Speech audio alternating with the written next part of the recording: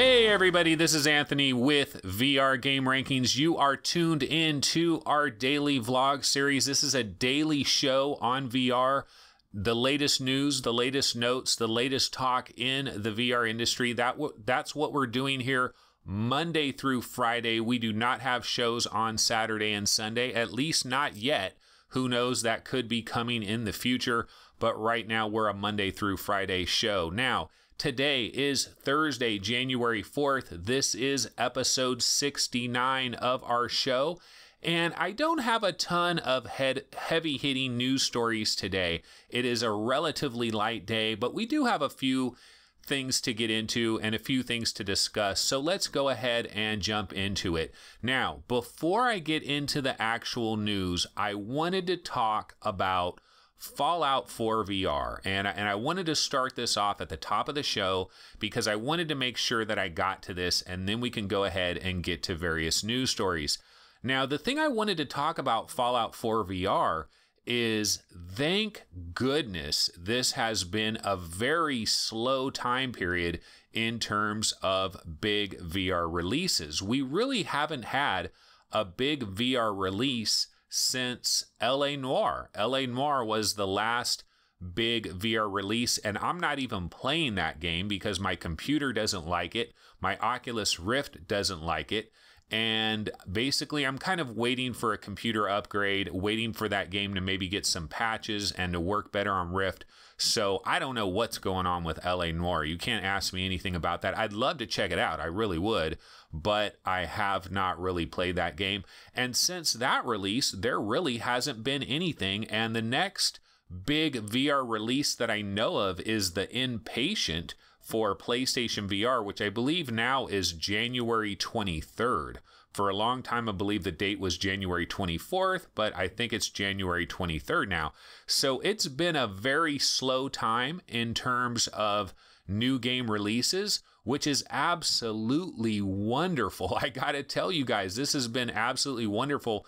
The reason it's wonderful is because I am hopelessly addicted to Fallout 4 VR. In fact, when I think about, like, for example, when I'm done with this show, I have to edit the audio, and then I edit the video, and then I upload it, and all of that process. Now, when I'm done with that process, I can relax. I can play a VR game. I can go do something, right?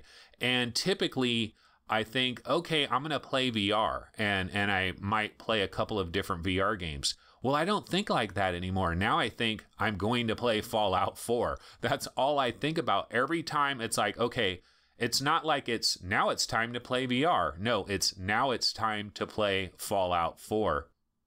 And I've been playing Fallout 4 literally every single day for the last few weeks, it seems. I don't know if there's a day that I've missed. It's been a while, but my ideal situation, if I had this day completely off, if I didn't have to do anything today, if I could just be lazy and do anything I wanted today, I would probably play Fallout 4 3 different times and maybe up to almost 2 hours each of those individual times. I'd probably play it sometime kind of in the morning hours for like 2 hours, probably late afternoon for 2 hours, and then probably an evening session for 2 hours. Yeah, I could easily spend 6 hours of my day with a headset on playing Fallout 4 VR. That's how much this game has completely captured my attention, my imagination. It's just a beautiful experience. I love it. This is the dream that I've been dreaming of. Now, everything isn't perfect about it, there's no question, but I'm having an absolute blast. And this is kind of what I was hoping. This is what I was hoping it would be. And it pretty much has turned out exactly the way I wanted it to be. And the cool thing about Fallout 4 VR is you can approach the game in some different ways in terms of how you're playing the game. You can kind of approach it in different styles. For example, you can go the stealth route. Like, you can play Fallout 4 almost like you're Sam Fisher or something. You know, you're playing some type of stealth game. And what you do is, when you want to go into stealth mode, you simply kneel down. Like, you physically kneel down and you go into stealth mode. Like, how cool is that? And one of the ways that I've been playing Fallout 4 VR is lately I've been using my shotgun, okay, which only has the 2 shotgun shells. And so as soon as you fire those 2 shotgun shells, you're empty. Now you have to reload. It takes a little while to reload, but that's how I've been playing recently. And I've kind of been sneaking up on the enemies and kind of getting the drop on the enemies, so to speak, and shotgunning them in their freaking faces. I mean, it's really quite brutal. It's really quite visceral. And I kind of wonder, when we eventually have more photorealistic graphics, like what is this going to mean for this type of game? Because the very first time I shotgunned somebody in Fallout 4 and their head went flying in the air, that was a different experience in VR. I mean, I did that plenty of times on my Xbox One, or back when I was playing Fallout 3 on the Xbox 360. You know, I would shotgun fools all day long. Their heads go flying. It's kind of funny. You know, there's a little bit of a comedy factor that goes along with that, as sick as that may sound. But, you know, I mean, it's kind of cartoony graphics, right? But when you do this in VR, it's a little bit different, because you're talking about the bodies of these other characters. They kind of feel like they are taking up space, and you shotgun somebody right in their head and their head goes flying, or you shotgun somebody and their body's on the ground. You don't know where the heck their head is, and blood is just squirting out of their body like a fountain, kind of like those old Saturday Night Live skits where they would have blood just squirting out of somebody's neck or something really silly like. And that's kind of the way it is in Fallout 4 VR. And so that's a little bit weird. And I've kind of been getting used to this high impact violence in VR and being there. And even though it is very cartoony and pixelated, and we're not talking photorealism yet, it still is a little bit weird. But I'm definitely enjoying it.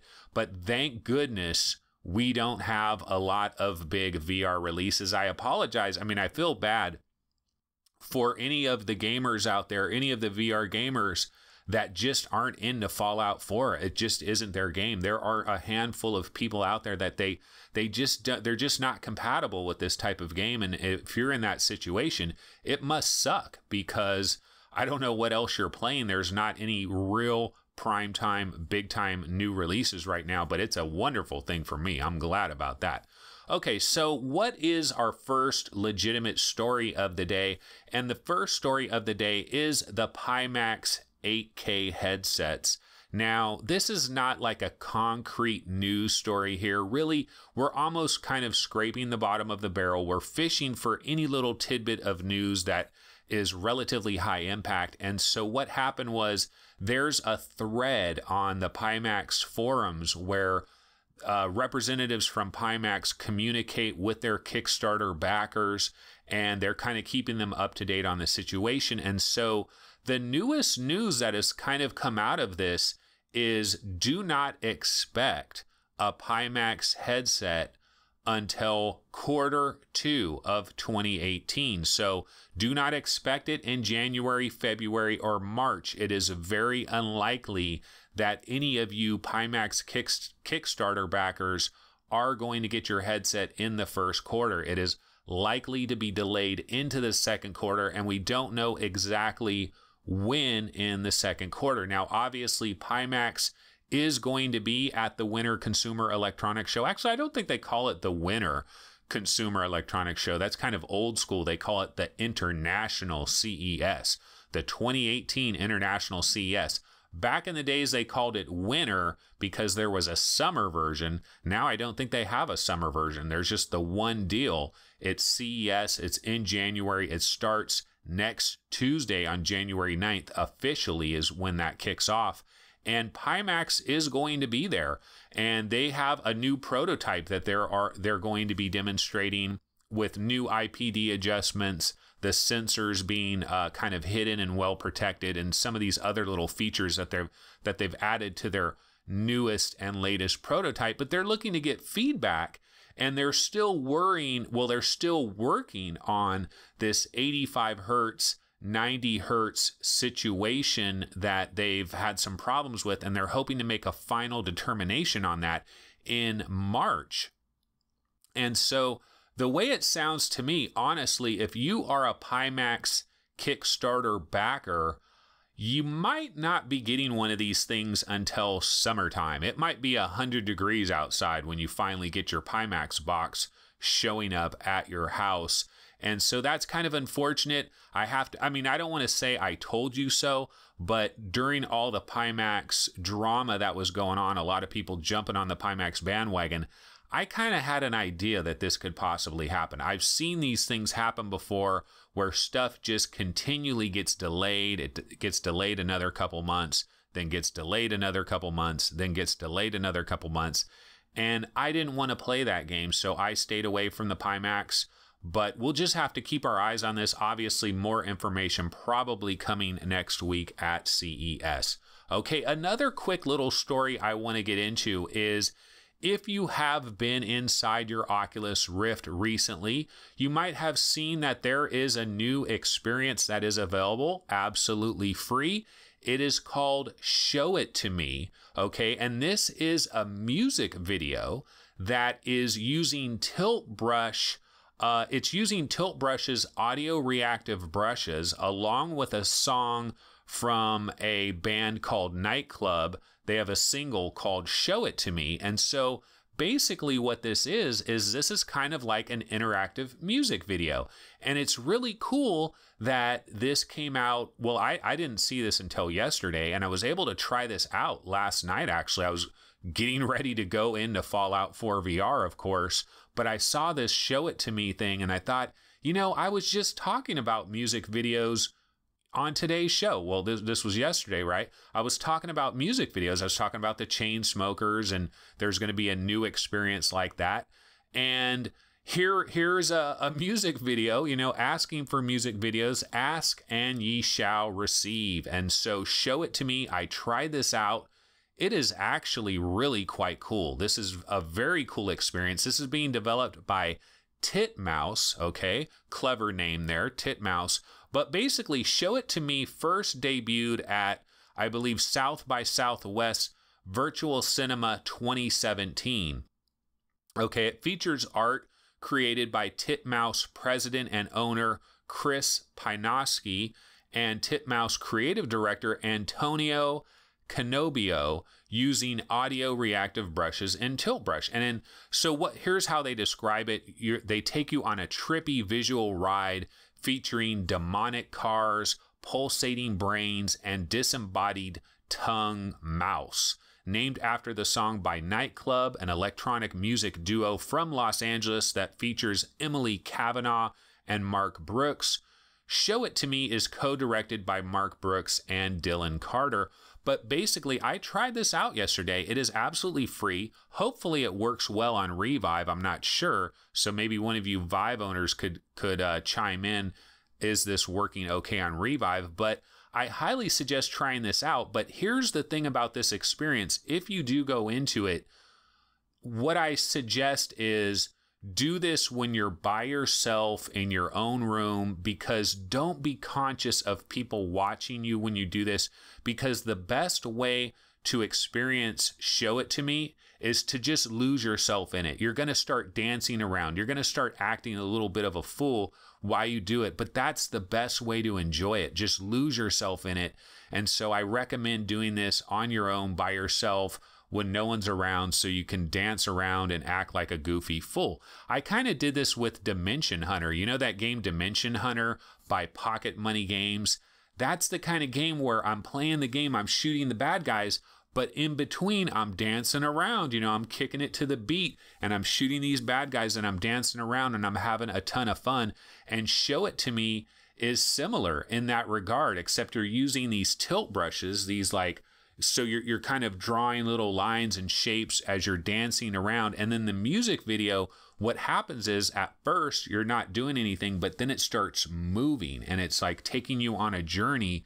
And if you ever tried that Chainsmokers video, or if you've tried Surge or any of these things like that, this is another one to definitely try. I thought it was really cool, very entertaining, definitely worth checking out. So I highly recommend Show It To Me by Titmouse.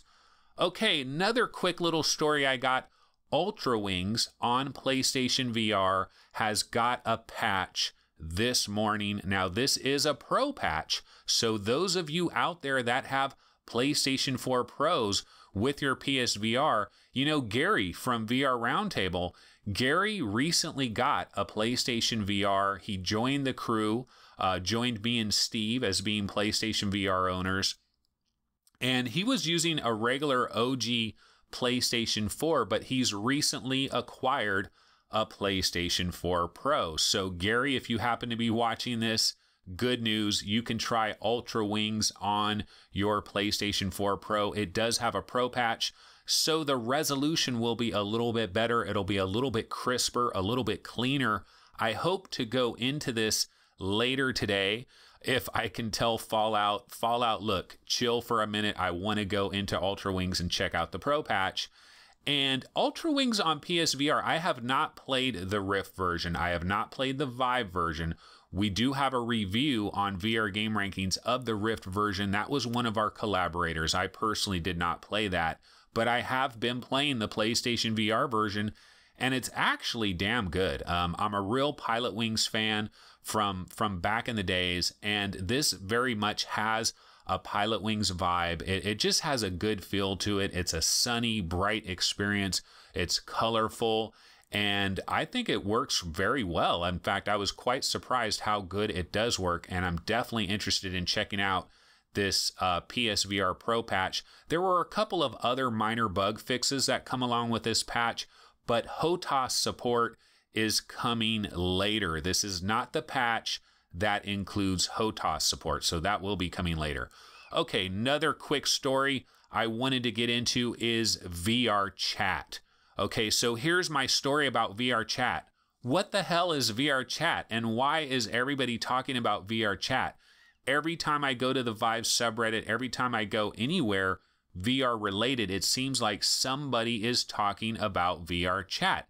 I don't know much of anything about VRChat, so I don't really have much to say here other than I've downloaded this app and I am going to try it. Again, hopefully I can remember and I can say Fallout 4, chill for a minute. I want to try this VRChat because people won't stop talking about it. Now, there have been a number of these various social things in VR. I don't normally get into it that much, to be completely honest with you. I'm fine just kind of doing my own little thing. I don't really need to talk to a lot of people. Not that anybody needs to do it or whatever, but just haven't really got into it. Like Alt Space VR, I never really got into that. Facebook Spaces, never really got into that. Even like Rec Room, I mean, I'll do Rec Room, but I don't really go in there looking to like have long conversations with people. I don't know if this has something to do with some type of social anxiety thing or something, because I'm not really that kind of a person in real life. I don't really mind it either way, but I'm not like the super gregarious Mr. Personality guy either, but I don't really think I'm at either extreme from that standpoint, but just haven't really got into it. But so many people are talking about VRChat that I feel like it is my duty to get in there and try to figure out what the hell is going on. And as uncomfortable as it may or may not be for me to go into this, I kind of want to try it out, kind of want to check it out. So hopefully I will remember to do that. I don't know how many of you guys are really into VRChat, but a lot of people just ranting and raving about it. I guess it's really popular on Twitch and YouTube streamers, a lot of people doing VRChat as far as that goes. So I'm down to check it out. You know, might as well check it out. That's not going to be a problem. Okay, and then the last little thing I wanted to get into real quick, and this is just a throwaway thing here, but I was on the Oculus subreddit and I saw a post from a guy. His name is Alec Moody, and this guy is working on a game or an experience or maybe sorry, I had a little bit of a breakup in the video there, but this guy is working on a game or an experience where you basically assemble a car part by part. And this guy is meticulously scanning in every single part of whichever car it is. And the idea is that you're going to be able to assemble a car part by part and kind of learn how a car is assembled. It's going to be called Wrench. This guy is still working on it, but he had a post in the Oculus subreddit talking about it. Thought it was kind of interesting. Honestly, what I'm interested in regards to this is I do believe that eventually we will have some VR and maybe AR is actually even better for this. But like, I don't change I don't change my own oil in my car. I don't really, like, I don't know much about my own car. I mean, I can put gas in it, I can fill air in the tires, but that's pretty much the extent of it. I'm just not very good with cars. I mean, I can jump my battery if my battery's dead or something like that, but I don't know much of anything else. But I imagine with VR and maybe even more so with AR, we're going to be able to open up the hood of our car, and it's going to be our real car. You know, we'll be able to select from a drop down menu of all these different cars, and we'll be able to select our real car, and we'll be able to know where everything is. We'll be able to know how to change change the steering column fluid or whatever, you know, brake fluids and antifreeze and change our oil and change the air filter and do all these different things that are probably really easy to do if you take any amount of time to look into it. But I think doing it in VR, where you're physically doing it, you physically see the parts and you're physically working on what looks like your real car, it's just going to make it so much easier. And this is the kind of stuff that is going to revolutionize all kinds of things. Just think about how your mom or your grandmother could never program their VCR, or they could never get their TV to work right, or they never knew about the HDMI cables and stuff like that. We're eventually going to be able to have little training things in VR that will physically have people picking up HDMI plugs, looking on the back of their TV for where the HDMI slot, you know, basically guiding a horse to water, so to speak, and showing them how it is done. And people are going to learn a lot of different things from this, and it's going to be a really good thing. So that's cool. I just thought it was cool looking at what this guy is doing. The project that he's working on, Wrench, it looks like it's pretty far away. Like, this is going to take some time before he's done with it, but definitely doing some crazy work on that. Looks really interesting. So anyway, guys, that's going to wrap it up for today's show. Again, no real hard-hitting news today, but whatever, we're going to cover what is there, and if nothing's there, we're going to make something up, okay? But anyway, today was Thursday, January 4th, and this, of course, has been episode 69, and I will see everybody tomorrow on Friday. So have a wonderful Thursday, and I will see everybody on Friday. Take it easy. Later.